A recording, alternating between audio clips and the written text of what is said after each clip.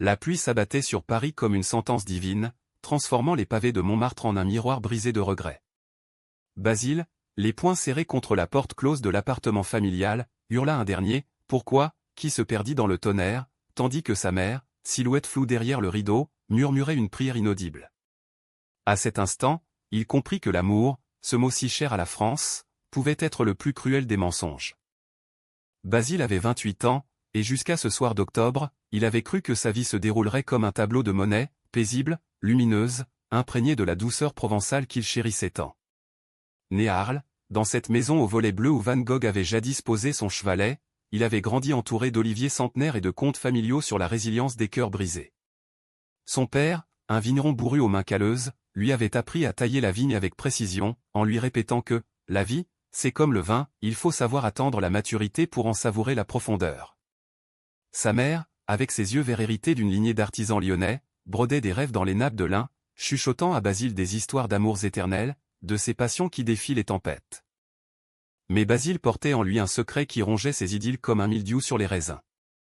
Dès l'adolescence, il avait senti ce tiraillement, ce regard qui s'attardait un peu trop longtemps sur les épaules larges d'un camarade de classe lors des matchs de rugby à l'école d'Arles.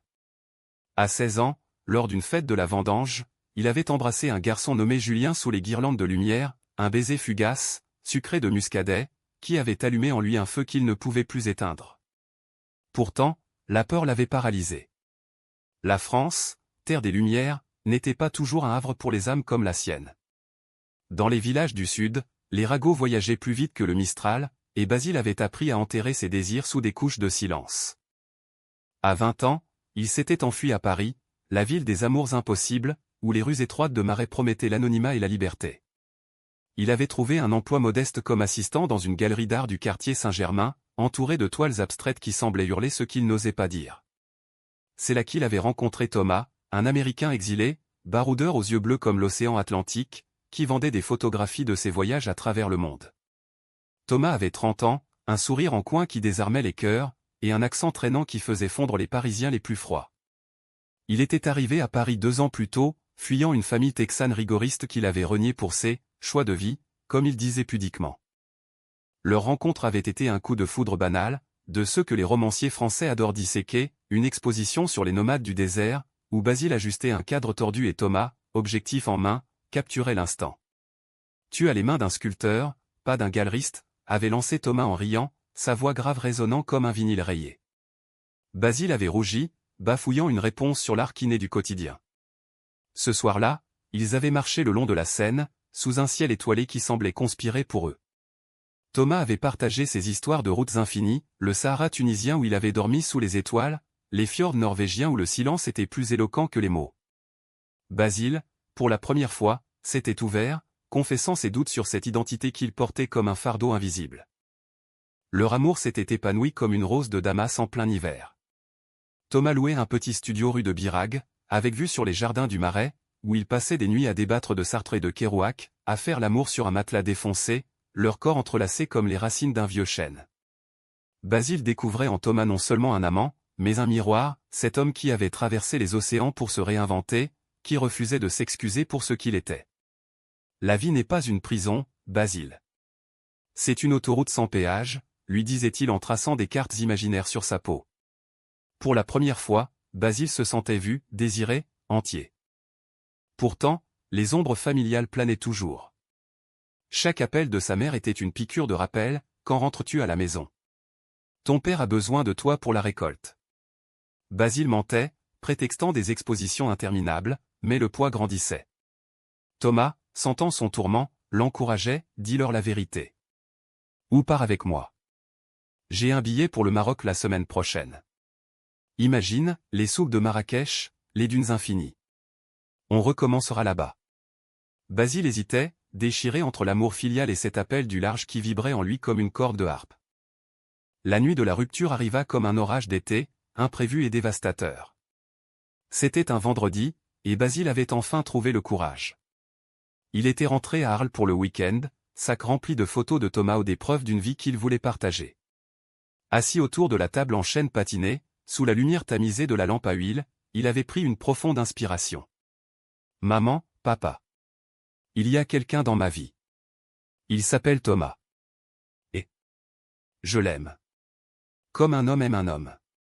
Le silence qui suivit fut plus assourdissant que n'importe quel cri. Son père avait repoussé son assiette, les lèvres pincées en une ligne dure. C'est une phase, fiston. La ville te corrompt. Reviens à la terre, et ça passera. Sa mère, les yeux emplis de larmes, avait murmuré, pense à nous, Basile. Aux voisins, à la paroisse. Tu nous déshonores. Les mots avaient fusé comme des éclats de verre, accusations de trahison, de choix égoïstes, de fuite devant les responsabilités. Basile avait plaidé, supplié, mais rien n'y fit. Si tu choisis ça, tu choisis de nous abandonner, avait lancé son père en se levant, claquant la porte de la cave à vin. Basile, le cœur en lambeaux, avait fui sous la pluie, appelant Thomas en sanglots. Viens me chercher.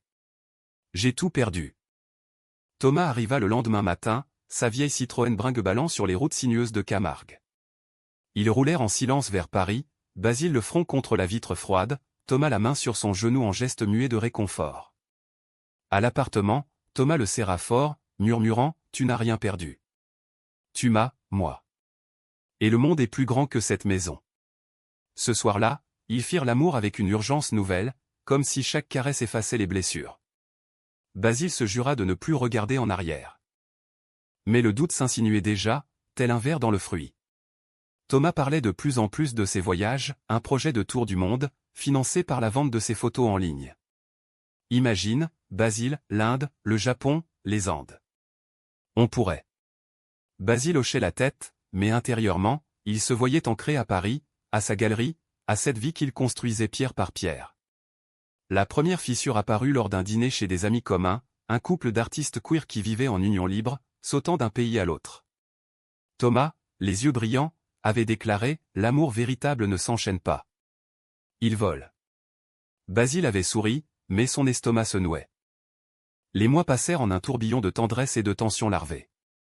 Basile gravit les échelons à la galerie, organisant sa première exposition solo sur les photographes nomades l'ironie du sort. Thomas, lui, bouclait son sac pour un reportage en Espagne, puis en Italie. Chaque départ était une petite mort, l'aéroport d'Orly, les au revoir humides, les promesses de Skype Nightly. Basile comblait le vide en peignant, des toiles sombres où des silhouettes enlacées se dissolvaient dans des paysages flous. Tu deviens artiste, mon amour, teasing Thomas lors d'un appel vidéo depuis Rome, sa voix entrecoupée de parasites. Pourtant, la famille n'avait pas lâché. Des lettres anonymes arrivaient à la galerie ou des oncles outrés, des cousins déçus. Reviens, ou tu n'es plus des nôtres. Basile les brûlait dans l'évier, mais les cendres collaient à ses doigts. Un soir, après un appel larmoyant de sa mère, ton père est malade, Basile. Il a besoin de toi, il craqua. Il confia tout à Thomas, le poids du passé, la peur de l'avenir. Thomas l'écouta, puis dit doucement, peut-être que c'est le moment de choisir. La famille ou nous. Le voyage. Basile sentit le sol se dérober. Et si je choisis les deux? Thomas secoua la tête. Impossible. Ils te briseront si tu restes. Viens avec moi. Laisse Paris derrière. La nuit fut longue, Basile veillant au chevet de Thomas endormi, traçant du doigt les cicatrices de ses aventures, une entaille du Kenya, une brûlure du Mexique. Au lever du soleil, il prit sa décision, il irait à Arles une dernière fois, confronter son père, puis rejoindrait Thomas pour un été en Grèce. Le voyage vers le sud fut un calvaire. La TGV filait à travers les vignobles automnales, mais Basile revoyait en boucle les disputes, les silences. À Arles, la maison semblait rapetissée, usée par le temps. Son père, alité, le regard voilé par la fièvre, murmura « Tu es mon fils. » Mais ça, c'est contre nature. Choisis la famille, Basile. Les mots frappèrent comme un coup de fouet. Basile hurla sa douleur, sa rage, avant de s'effondrer en larmes. Sa mère le serra maladroitement, mais c'était trop tard. Il partit sans un mot, le cœur en miettes. De retour à Paris, Thomas l'attendait avec un billet pour Athènes. On recommence. Ensemble. Basile accepta, mais une ombre planait, avait-il vraiment choisi, ou fuyait-il encore? Leur premier soir en Grèce fut magique, les ruelles blanchies de Santorin, le vin retsina sous les étoiles, leur corps fusionnant sur une terrasse face à la mer Égée. Basile se sentit libre, enfin. Mais au fil des semaines, Thomas devint distant, ses appels à des sponsors de voyage plus fréquents que ses baisers. C'est temporaire, mon cœur. Juste pour le projet. La trahison frappa comme un éclair lors d'une escale à Istanbul. Basile, feignant une grippe pour rester à l'hôtel, découvrit les messages sur le téléphone de Thomas, des mots tendres à un certain Lucas, un Italo-américain rencontré à Rome, l'âme sœur des routes. Basile est adorable, mais il est trop ancré. Toi et moi, on est fait pour l'infini. Le monde de Basile s'effondra. Il confronta Thomas au bord du Bosphore, les minarets se dressant comme des juges muets. Tu m'as menti. Tout ce discours sur la liberté. C'était pour toi seul. Thomas, pâle, balbutia, je t'aime, Basile. Mais je ne peux pas m'arrêter. Le voyage, c'est ma vie. Toi. Tu as besoin de racines. Les cris attirèrent les passants, mais Basile n'entendait rien. Il le gifla, un geste impulsif, puis tourna les talons, laissant Thomas seul avec ses regrets. Le vol de retour vers Paris fut un cauchemar de turbulences intérieures. Basile atterrit brisé, jurant de ne plus jamais aimer. Pourtant, la vie, cette coquine française, avait d'autres plans. De retour à la galerie, il trouva une lettre de sa mère, « Ton père s'en va. Il veut te voir. Pardonne-nous. » Basile hésita, puis prit la route. À Arles, sous les oliviers, son père, voix faible, à voix, j'ai eu peur, fiston. Peur de te perdre à la ville. Mais l'amour. C'est plus fort que la fierté. Reste qui tu es. Les larmes coulèrent, libératrices. Pour la première fois, Basile se sentit pardonné par son père, par lui-même. Les jours suivant la réconciliation furent un baume fragile sur une plaie encore vive. Basile veillait au chevet de son père, alternant entre silence complice et confidence tardive. La maison d'Arles, autrefois prison de secrets, se muait en sanctuaire de guérison. Sa mère, avec une tendresse nouvelle, posait des questions timides sur Thomas, était-il gentil? Te faisait-il rire? Basile hochait la tête, omettant les détails amers, se contentant de décrire les levers de soleil sur la mer Égée, ces moments où le monde semblait suspendu. Mais la nuit, seul dans sa chambre d'enfance, les souvenirs affluaient comme la marée camarguaise. Il revoyait Thomas riant aux éclats lors d'une fête à Mykonos, sa chemise ouverte sur un torse allé, dansant au rythme d'une bouzouki effrénée. Ou ces matins paresseux à Paris, où Thomas lui préparait un café serré, murmurant des poèmes de Rimbaud entre deux gorgées. L'amour avait été réel, indéniable, la trahison n'en était que plus lancinante. Basile se surprit à fouiller ses mets, relisant les promesses brisées, se demandant si Lucas était maintenant l'aventurier qui dormait dans les bras de son ancien amant. Un après-midi, alors qu'il promenait son père en fauteuil roulant le long des arènes romaines, une idée germa. Et si j'écrivais notre histoire, lança-t-il à la cantonade. Son père, surpris, esquissa un sourire. Comme Van Gogh avec ses tournesols? Peins-la avec des mots, alors. Mais n'oublie pas les couleurs sombres. C'est ce qui rend l'art vivant. Ce soir-là, Basile acheta un carnet relié cuir dans une librairie poussiéreuse du centre-ville, et commença à noircir les pages. Les mots coulaient, fluides comme le Rhône, l'enfance volée, la découverte de soi dans les ruelles de Paris, la passion dévorante avec Thomas, la fuite vers la Grèce, et cette trahison qu'il avait laissé naufrager. Écrire devint sa catharsis.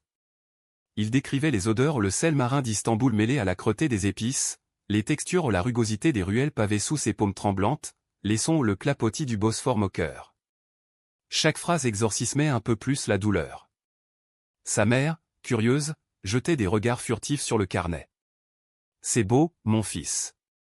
Triste, mais beau. Comme la vie. Bientôt, Basile envoya des extraits à un ami éditeur parisien, un certain Émile qui tenait une petite maison d'édition spécialisée dans les récits queer. C'est cru, authentique, répondit Émile. Envoie-m'en plus. On pourrait en faire un livre.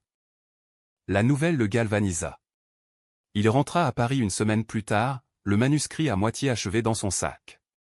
La ville l'accueillit avec sa frénésie habituelle, klaxon des Vélib, arôme de croissants chauds des boulangeries, murmure des amants sur les bancs des Tuileries. À la galerie, ses collègues l'embrassèrent avec effusion, ignorant les tourments intérieurs. Tu as l'air différent. Plus fort, nota sa patronne, une femme élégante aux lunettes oversize. Basile sourit, oui, il l'était. La perte de Thomas avait creusé un vide, mais ce vide faisait place à une lumière nouvelle. Pourtant, le destin, ce farceur à la Molière, réservait une surprise. Lors d'une vernissage pluvieux ou une expo sur les exils contemporains, Basile croisa un regard familier au milieu de la foule. Thomas. Plus barbu, les traits marqués par le soleil d'Afrique, mais les yeux toujours ce bleu océanique. Il se tenait près d'une toile représentant un couple enlacé sur une plage déserte, objectif en bandoulière, comme si de rien n'était. Basile sentit son pouce emballé, un mélange de rage et de nostalgie. Il s'approcha, verre de chardonnay en main, la voix ferme, « Tu as du cran de venir ici. » Thomas pivota, surpris, puis un sourire triste effleura ses lèvres. « Basile. J'ai vu l'affiche. Je voulais te voir. Te dire. Je suis désolé. Lucas, c'était une erreur. Une fuite, comme toujours. » Basile rit, un rire amer qui attira les regards. « Une erreur ? Tu m'as brisé, Thomas. Tu m'as fait croire à un gnou éternel, et puis... » Pouf, l'appel du large. Les mots jaillissaient, libérés par des mois de silence. Thomas baissa les yeux, tripotant son appareil. « J'ai voyagé sans toi, et chaque kilomètre me rappelait ce que j'avais perdu. Ton rire, ta façon de me regarder comme si j'étais un héros. Je suis rentré pour de bon. J'ai vendu le projet. Reste avec moi. » Le cœur de Basile se serra.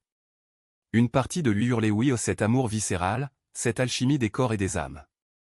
Mais l'autre, la nouvelle, forgée dans les larmes et les pages noircies, répliqua « Non. Trop tard. J'ai appris à voler seul. » Il tourna les talons, laissant Thomas figé au milieu des toiles, un homme perdu dans son propre labyrinthe. Les semaines suivantes furent un tourbillon créatif. Basile acheva le manuscrit, titré Chemin brisé, un récit poignant de découverte et de résilience. Émile l'accepta avec enthousiasme, « C'est du Proust queer, mon vieux.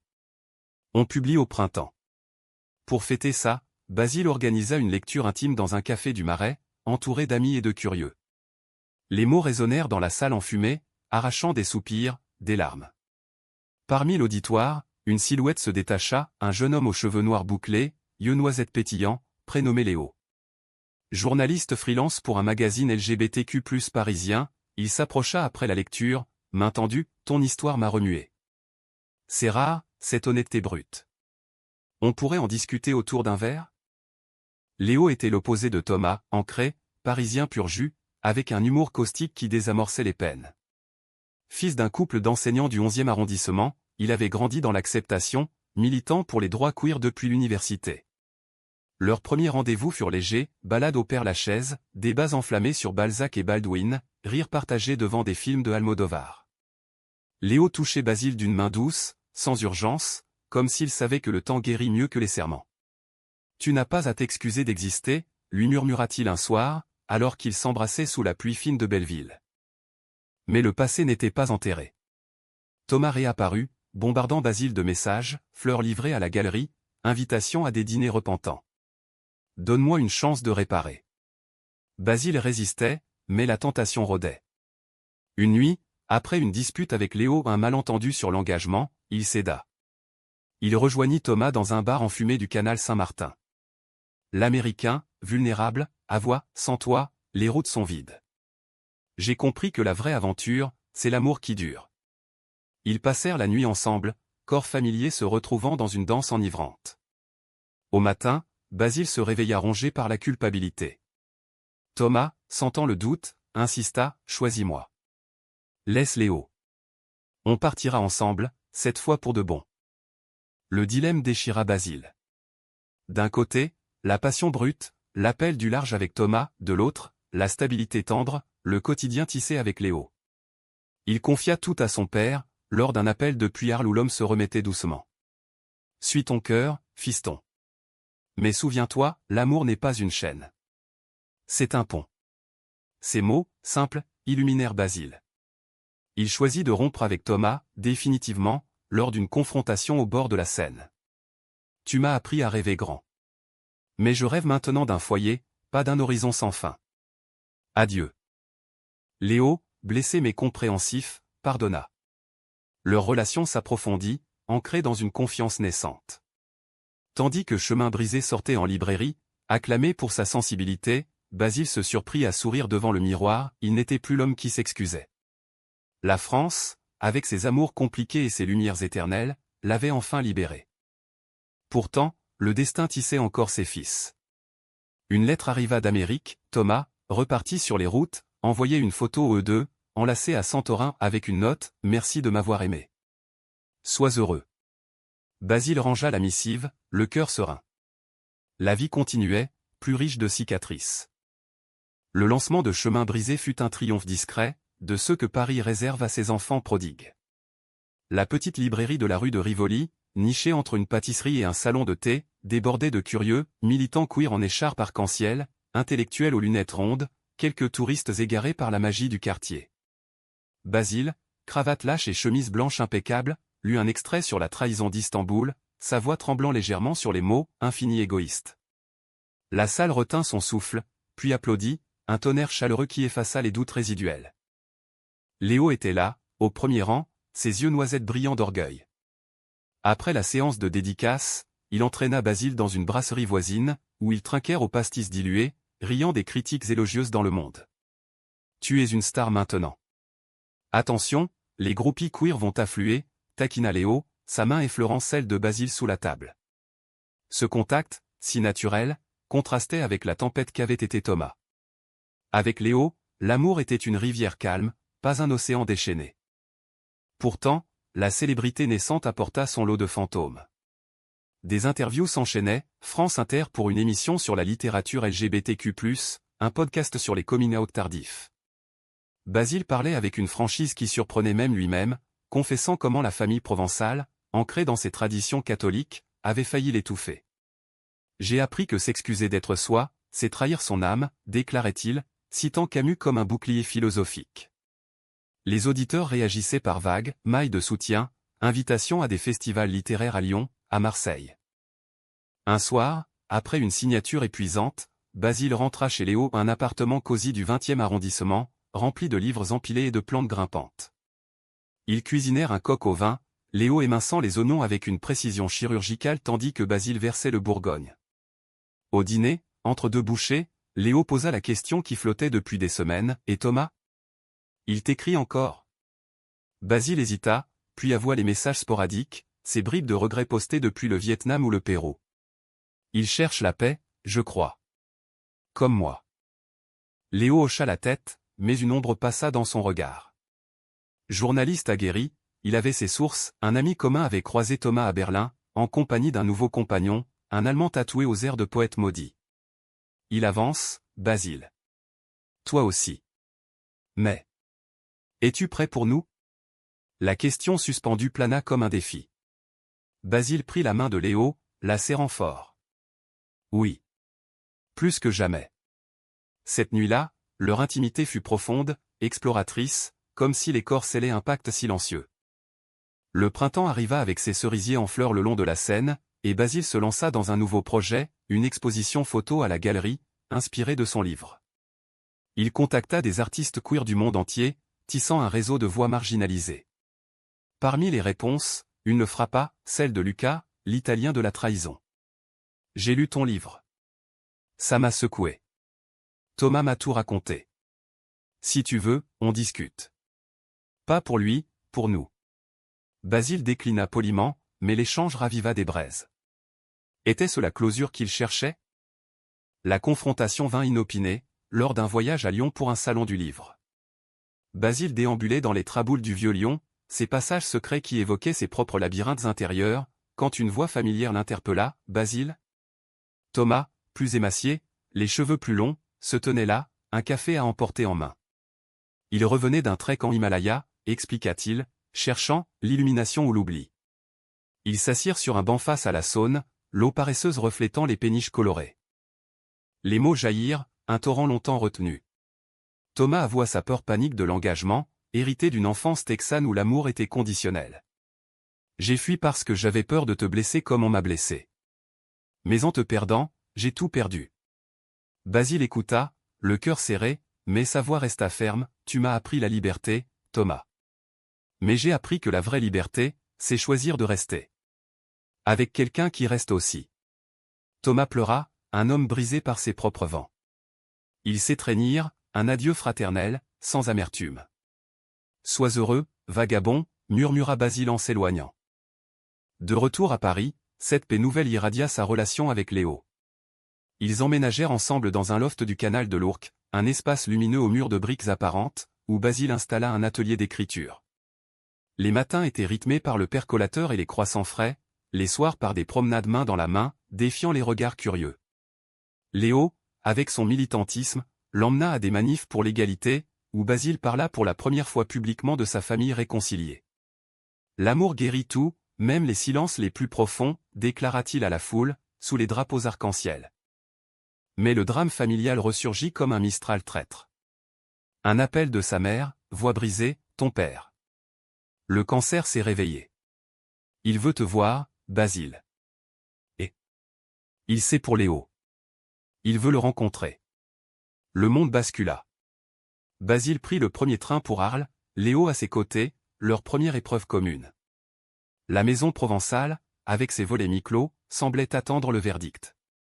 Le père de Basile, amaigri mais serein, serra la main de Léo avec une vigueur surprenante. « Merci d'aimer mon fils. C'est tout ce que je demande. » Les jours suivants furent un mélange de soins palliatifs et de confessions, histoire d'amour juvénile du père, rires partagés autour de parties de pétanque adaptées, pleurs dans la nuit quand la douleur montait. Basile écrivit frénétiquement, un journal de ses derniers instants, page que Léo lisait à voix haute pour apaiser les souffrances. La mort vint doucement, une nuit de pleine lune, le père s'éteignant dans les bras de sa famille élargie. Aux funérailles, sous les oliviers, Basile prononça l'éloge, « Il a appris tard, mais il a appris. L'amour n'a pas d'âge pour fleurir. » La communauté d'Arles, autrefois murmureuse, applaudit, un pont jeté sur les fossés. Dans le deuil, Basile et Léo se soudèrent. Ils rentrèrent à Paris plus unis, transformés. Basile lança son exposition, un succès retentissant, photos de routes brisées, de couples résilients, vendus à des collectionneurs internationaux. Thomas envoya une carte, fier de toi. Ton livre m'a sauvé. Basile sourit, rangeant la carte avec les autres reliques. L'été les trouva en Provence, aidant la mère de Basile à gérer le domaine. Sous les vignes lourdes de raisins, Basile et Léo se promenèrent, main dans la main, planifiant un futur, un voyage modeste en Toscane, pas une odyssée mondiale. Avec toi, chaque pas est une aventure, confia Léo. Basile, enfin, cessa de s'excuser. Il était gai, amoureux, entier un homme français, forgé dans le feu de ses passions. L'automne enveloppa Paris d'un manteau ocre, et avec lui vint une vague de reconnaissance pour Chemin brisé. Le livre grimpa dans les classements des best-sellers indépendants, traduit en anglais pour un public américain friand de récits d'émancipation. Basile, catapulté dans le rôle d'auteur en vue, jonglait entre interviews et conférences, son accent provençal charmant les auditoires parisiens. Léo, fier pilier, gérait les coulisses, café réconfortant après les plateaux télé, massage aux épaules tendues les soirs de deadline. Pourtant, sous cette effervescence, une faille subtile s'insinuait. Les invitations affluaient au festival à Deauville, résidence d'écriture en Bretagne, et Basile sentait l'appel du large, non pas comme une fuite, mais comme une extension de soi. Et si on partait un mois en Asie? Pas comme Thomas, juste pour voir, pour respirer, proposa-t-il un soir, levé contre Léo sur leur canapé usé. Léo hésita, son esprit rationnel pesant les pros et cons, son job au magazine, les factures du loft. Je suis pour, mais ensemble. Pas de solo trips. Basile acquiesça, mais une graine de doute germa, était-ce de la possessivité, ou de la peur? La première fissure éclata lors d'une remise de prix à Cannes. Basile, nominé pour le meilleur premier roman queer, descendit la croisette en smoking ajusté, Léo à son bras en costume slim. La soirée fut un tourbillon de flash et de bulles de champagne, où Basile croisa des célébrités, un acteur ouvertement gay d'une série Netflix, une romancière lesbienne homo-acérée. Parmi la foule, une silhouette familière, Luca, l'Italien, désormais galeriste à Milan, invitant Basile à une expo collaborative. Ton livre m'a inspiré. On pourrait mixer photos et textes. Léo, sentant la connexion, se raidit légèrement. La victoire d'un prix honorifique propulsa Basile sur scène, où il dédia le trophée à son père défunt et à Léo, pour ceux qui m'ont appris que l'amour est un choix quotidien. Les applaudissements crépitèrent, mais au dîner gala, Léo murmura, c'était parfait. Mais Lucas? Vraiment? Basile rit pour désamorcer, juste du business. Pourtant, les doutes s'amplifièrent. De retour à Paris, Léo fouilla discrètement le téléphone de Basile, un geste impardonnable qu'il regretta aussitôt, découvrant des messages anodins avec Lucas sur l'expo. La dispute éclata un matin pluvieux, alors que Basile emballait des notes pour un voyage solo en Bretagne, une résidence offerte par un mécène. « Tu pars encore ?» « Et moi ?» lança Léo, voix cassée. Basile, surpris, répliqua, « C'est professionnel. 2 semaines, pas plus. Tu sais que je t'aime. » Mais Léo, blessé par sa propre jalousie, avoua, « J'ai peur que tu sois comme Thomas. Que l'horizon t'appelle plus que moi. » Les mots blessèrent Basile, ravivant les fantômes. « Tu ne me fais pas confiance ? Après tout ça ?» La réconciliation fut laborieuse, thérapie de couple chez un psy queer du Marais, promenade silencieuse le long du canal, nuit où les corps parlaient ce que les mots rataient. Basile annula la résidence, optant pour un week-end à 2 à Honfleur, Normandie brumeuse où Monet avait capturé les lumières changeantes. Là, sous la pluie normande, ils se promirent fidélité au non par chaîne, mais par choix conscient. « Je choisis toi, chaque jour », murmura Basile, gravant les mots dans le sable humide. Leur amour, ainsi raffermi, s'épanouit en projet commun. Léo pitcha un article sur Basile pour son magazine, un portrait intime intitulé De Arles à l'âme libre. Ensemble, ils lancèrent un podcast sur les amours queer en France, invitant des voix variées, un activiste trans de Lille, une lesbienne octogénaire de Bordeaux. Les épisodes, diffusés depuis leur loft, touchaient des milliers, tissant une communauté invisible. Mais le passé familial, jamais loin, ressurgit sous forme de joie inattendue. La mère de Basile, veuve mais résiliente, annonça sa venue à Paris pour Noël, sa première sortie depuis la mort de son mari. « Je veux voir ta vie, fiston. Et rencontrer Léo comme il faut. » Basile, ému, prépara la maison, guirlande aux fenêtres, dinde rôtie, et une pile de son livre pour elle. Léo, nerveux, répéta son discours, « Ravi de vous rencontrer, madame. Basile parle souvent de vos lavandes. » Noël fut enchanté. Autour de la table chargée de bûches et de vins de Provence, la mère de Basile posa des questions voraces, sur le livre, sur Léo, sur les rêves futurs. « Tu as trouvé ta voie, mon fils. Ton père serait fier. » Léo, rougissant sous le compliment, offrit un collier de perles provençales, un geste qui fit briller les yeux de la veuve. La nuit, Basile et Léo s'aimèrent doucement, bercés par les chants de Noël diffusés à la radio. L'année nouvelle apporta un tournant, une offre d'enseignement à l'Université de Paris, un cours sur l'écriture autobiographique queer. Basile accepta, équilibrant ses journées entre amphi bondé et soirées d'écriture. Léo, promu rédacteur en chef adjoint, rentrait armé toujours avec un baiser volé. Leur routine, si quotidienne, devint leur force, marché bio le dimanche, ciné-club queer le jeudi, voyage court un week-end à Amsterdam pour la Pride. Pourtant, une lettre de Thomas arriva comme un écho lointain, « J'ai lu ton prix dans la presse. Félicitations. J'ai rencontré quelqu'un de stable, à San Francisco. Un psy qui me force à atterrir. Merci pour la leçon. » Basile montra la lettre à Léo, qui rit, bien fait pour lui. « Mais toi, tu es mon encre. » Ce soir-là, ils dansèrent nus dans le salon, au son d'un vinyle d'Édith Piaf, riant de leur peur passée. Le printemps les trouva en fleurs, littéralement, un jardin communautaire du 19e, où ils plantèrent des lavandes en hommage à Arles. Basile écrivit un nouveau chapitre pour une suite au livre, sur la reconstruction amoureuse. « L'amour n'est pas linéaire », confia-t-il à Léo. « C'est un Mistral, il emporte, puis il apaise. » Mais le vrai test vint avec une invitation inattendue, un festival littéraire à New York, sponsorisé par une fondation queer américaine. Basile, tenté par l'aventure transatlantique, proposa à Léo, « Viens avec moi. On visitera, on vivra un peu l'Amérique. » Léo, après réflexion, accepta, « D'accord. » Mais pas de fugue solitaire. Leur vol fut un prélude joyeux, champagne en cabine, mains enlacées face aux nuages. New York les subjugua, Manhattan frénétique, Brooklyn bohème, où Basile lut son livre dans une librairie du village, acclamé par un public cosmopolite. Thomas, averti par un ami, envoya un bouquet, « Bienvenue dans mon ancien chaos. Profite. » Basile rit, jetant les fleurs dans l'Hudson avec Léo, un rituel de libération.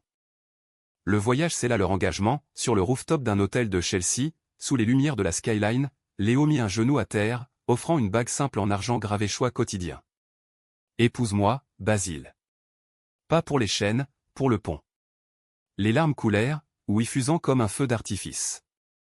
Ils rentrèrent à Paris fiancés, annonçant la nouvelle à la mère de Basile lors d'un appel vidéo larmoyant. La vie, enfin, s'alignait en harmonie, un mariage civil prévu pour l'été en Provence, entouré de famille et d'amis. Basile, regardant Léo dormir à ses côtés, comprit, il avait cessé de s'excuser. Il était aimé, entier, libre. L'été provençal arriva en apothéose, les champs de lavande ondulant comme une mer violette sous le soleil impitoyable. La cérémonie se tint dans le jardin familial d'Arles, transformé en oasis, arches fleuries de romarin et de thym, table garnie de tapenade et de ratatouille, un quatuor à cordes jouant des airs de Debussy. La mère de Basile, radieuse en robe de lin bleu, accueillait les invités oncles repentants, cousins curieux, amis parisiens descendus en TGV. Léo, en costume beige clair, ajustait nerveusement sa cravate, tandis que Basile, chemise blanche ouverte sur un collier de Léo, rayonnait d'une joie paisible. Les vœux furent un poème vivant. Basile, voix claire, déclara, Léo, tu as été mon calme après la tempête. Avec toi, je choisis non pas l'horizon infini, mais les levers de soleil partagés.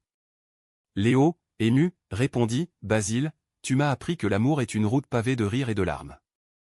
Je la parcours avec toi, pas à pas, les anneaux glissèrent au doigt, scellant un pacte forgé dans le feu des épreuves. La fête s'étira jusqu'à l'aube, danse endiablée sous les étoiles, toast aux roses et frais, feux d'artifice illuminant les arènes romaines au loin. Parmi les invités, une surprise, Émile l'éditeur, avec un contrat pour une suite au livre, et même une silhouette discrète Thomas, arrivé incognito, levant un verre de loin avant de s'éclipser, un clin d'œil complice à Basile. Pas de rancune, juste une page tournée. La nuit de noces, dans la maison au volet bleu, fut une célébration intime, corps entrelacés, murmure de promesses, le Mistral caressant les rideaux comme une bénédiction. Le retour à Paris fut doux amer, la lune de miel en Toscane, vignobles et cyprès éternels, renforça leur lien. Basile commença son semestre universitaire, captivant des étudiants avec des ateliers sur l'écriture thérapeutique. Écrivez vos cicatrices, leur disait-il. Elles deviennent des constellations. Léo, dans son nouveau rôle, couvrait des histoires inspirantes, son bureau tapissé de photos de leur mariage. Pourtant, la vie n'était pas un conte sans ombre.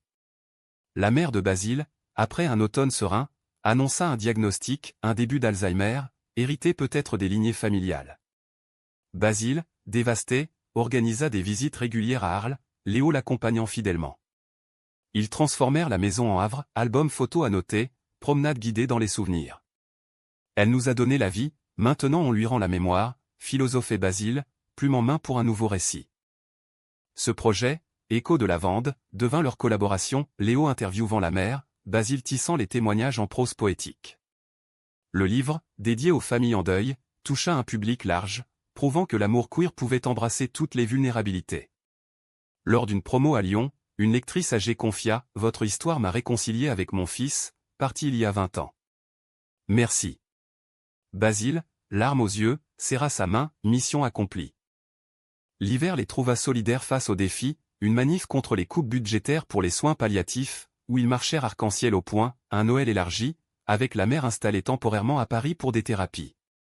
Thomas, de loin, envoya un colis, un appareil photo vintage, avec une note, pour capturer les moments qui durent.